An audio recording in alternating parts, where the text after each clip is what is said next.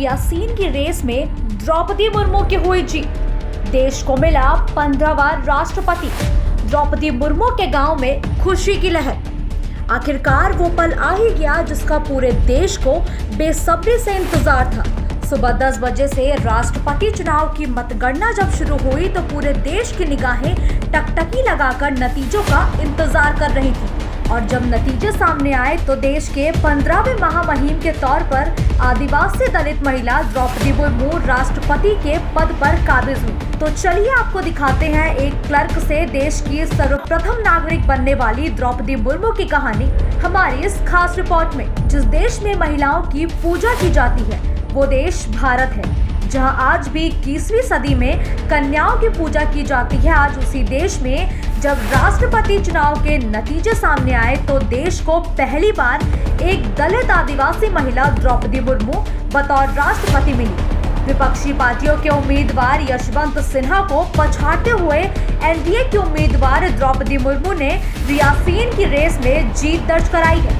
आज का दिन हर उस आदिवासी के लिए बेहद खास है जिन्हें हमेशा पिछड़ेपन की निगाहों से देखा जाता था, और उसी तबके से निकली एक महिला आज देश के सबसे बड़े पद पर काबिज हुई है।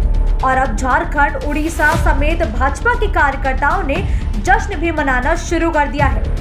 मुर्मू की जीत से भाजपा, आदिवासी समुदाय सहित पूरे देश और खास तौर पर महिलाओं को ये संदेश भाजपा ने दिया है कि इस मुख्य धारा से कटे हुए इस समुदाय में राजनीतिक मैसेज जाए कि भाजपा ही एक ऐसी पार्टी है जो सत्ता के लिए ही नहीं बल्कि देश के वंचित तबकों और वर्गों के लिए भी काम करती है। देश की नई राष्ट्रपति द्रौपदी मुर्मू आज भले ही राजनीति के शिखर पर पहुंच गई है, जहां आज वो किसी भी तरह के पहचान की मोहताज नहीं है, लेकिन इतना लंबा सफर तय करने में द्रौपदी मुर्मू ने कई उतार चढ़ाव देखे।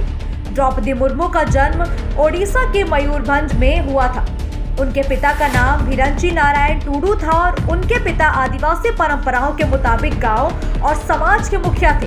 द्रौपदी मुर्मू के जीवन के सफर में एक ऐसा भी वक्त आया जब उन्होंने अपने पति और दोनों बेटों को खोया।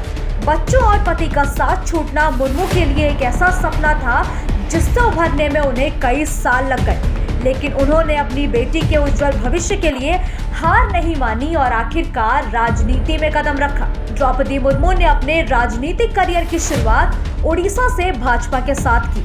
भाजपा में आने के बाद उन्होंने रायरंगपुर नगर पंचायत के पार्षद चुनाव में हिस्सा लिया और जीत दर्ज कराई।